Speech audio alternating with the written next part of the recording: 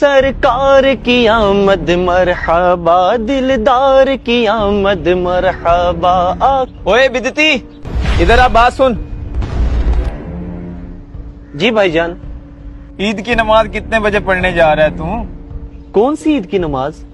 وہی عید جو تم لوگوں نے اضافی بنائی ہوئی ہے۔ اسلام میں تو صرف 2 عیدیں ہیں۔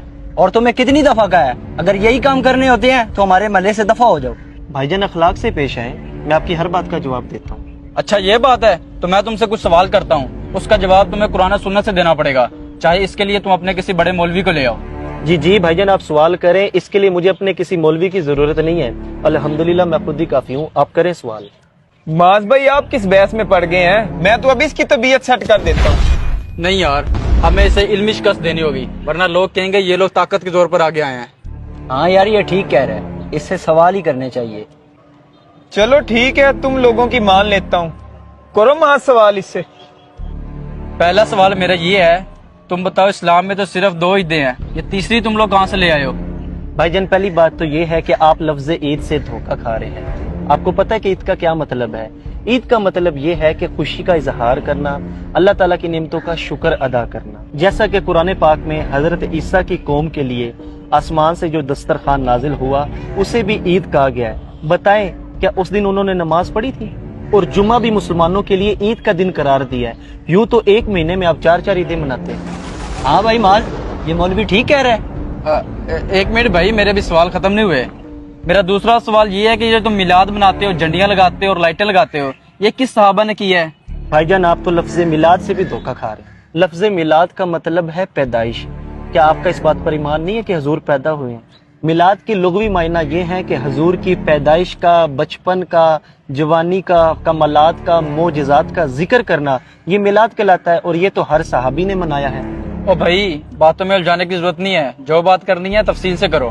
اچھا جی چلیں آپ تفصیل سن لیں۔ ایک بار صحابہ کرام تشریف فرما تھے اور آپس میں گفتگو فرما رہے تھے کہ نبی پاک صلی اللہ علیہ وسلم دنیا میں تشریف لائے، ہم کتنے خوش نصیب ہے کہ آپ ہم پر رحمت للعالمین بن کر آئے۔ اتنے میں نبی پاک صلی اللہ تعالیٰ علیہ وسلم تشریف لائے اور آپ صلی اللہ تعالی وسلم نے فرمایا کہ تم لوگوں کا یہ بیٹھنے کا کیا مقصد ہے، کیا گفتگو کر رہے ہو؟ تو صحابہ نے کہا یا رسول اللہ ہم تو صرف یہی باتیں کر رہے ہیں کہ آپ تشریف لائے، ہم لوگ کتنے خوش نصیب ہے، آپ کی تشریف آوری ہوئی، آپ رحمت للعالمین بن کر آئے ہمارے لیے۔ تو نبی پاک صلی اللہ علیہ وسلم نے فرمایا کیا تم اس بات پر قسم دے سکتے ہو؟ تو صحابہ کرام نے فرمایا یا رسول اللہ ہم قسم دے سکتے ہیں، ہمارا بیٹھنے کا صرف یہی مقصد تھا۔ تو نبی پاک صلی اللہ علیہ وسلم نے فرمایا اے صحابہ میں نے تم سے قسم اس لیے نہیں لی کہ مجھے تم پر بھروسہ نہیں ہے، بلکہ اس لیے قسم لی ہے کہ ابھی کچھ دیر پہلے جبرائیل امین تشریف لائے اور انہوں نے آ کر فرمایا کہ یہ جو صحابہ آپ کے گفتگو کر رہے ہیں ان کا یہ انداز رب کو اتنا پسند آیا کہ رب فرشتوں میں فخر محسوس کر رہا ہے۔ آپ مجھے یہ بتائیں یہ جو صحابہ نے حضور کا ذکر کیا اللہ کو اتنا پسند آیا، ہم جو میلاد کی محفل میں حضور کا ذکر کرتے ہیں کیا اللہ کو یہ نہیں پسند آئے گا؟ معاذ یار کوئی اور سوال کر، مولوی تو یار ہمیں پھنسا ہی جا رہا ہے۔ پریشان نہ ہو، اب جو سوال کرنے جا رہا ہوں میں اس کا جواب تو یہ دے ہی نہیں پائے گا کبھی بھی۔ اچھا مولوی، میرا آخری سوال یہ ہے کہ جب دین ایک دفعہ مکمل ہو گیا ہے تو یہ جھنڈیاں لگانا، یہ میلاد بنانا، یہ دین میں اضافہ نہیں ہے؟ او بھائی جان آپ مجھے یہ بتائیں کہ نبی پاک کے دور میں کیا مسجدوں میں محراب ہوتے تھے؟ کیا اذانیں سپیکروں پر دی جاتی تھی؟ کیا قرآن پاک کے حروف کے اوپر زبر زیر پیش تھی؟ کیا بخاری، مسلم، ترمذی، نسائی، ابن ماجہ، ابو داؤد جن کے حوالے ہم بڑے فخر سے دیتے ہیں کیا یہ کتابیں موجود تھی؟ کیا یہ ساری باتیں دین میں اضافہ ہے؟ نہیں، ہرگز نہیں۔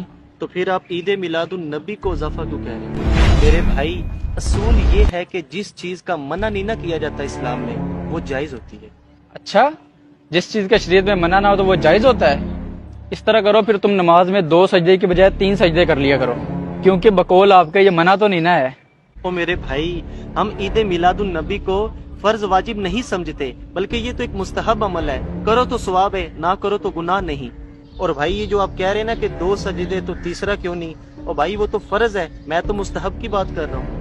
اور میرے بھائی یہ جو میلاد کے موقع پر ڈھول بجاتے ہیں، لنگر پھینکتے ہیں، یہ بہت غلط کرتے ہیں، ان کو ایسا نہیں کرنا چاہیے۔ اور آپ نے کچھ پوچھنا مجھ سے؟ معاذ صاحب مولوی بالکل صحیح باتیں کر رہے ہیں، ہمیں لگتا ہے غلط بتایا گیا ہے۔ مولوی صاحب ہم آپ سے معافی چاہتے ہیں اور ہم آپ کے ساتھ مل کے میلاد مناتے ہیں۔ جی مولوی صاحب آپ بالکل ٹھیک کہہ رہے ہیں, ہم بھی آپ کے ساتھ ہیں. سرکار کی آمد. مرحبا. جو لوگ میلاد پر اعتراض کرتے ہیں ان سے سوال یہ ہے کہ یوم صدیق, یوم فاروق اعظم, یوم عثمان غنی یہ کس صحابی نے منایا؟ صرف یوم مصطفیٰ پر ہی ہمیں وسوسے آتے ہیں, حالانکہ نبی پاک صلی اللہ تعالی علیہ وآلہ وسلم کے یوم منانے کا حق سب سے زیادہ ہے, کیونکہ ان کے وسیلے سے ہی ہمیں تمام عیدیں اور خوشیاں نصیب ہوئی ہیں. ہم لوگ ختم نبوت کی ریلیاں نکالتے ہیں, ختم بخاری کے جلسے بھی کرتے ہیں, تب ہمیں بدعت یاد نہیں آتی, حالانکہ یہ سب جائز ہے کیونکہ اس کا منع نہیں کیا گیا.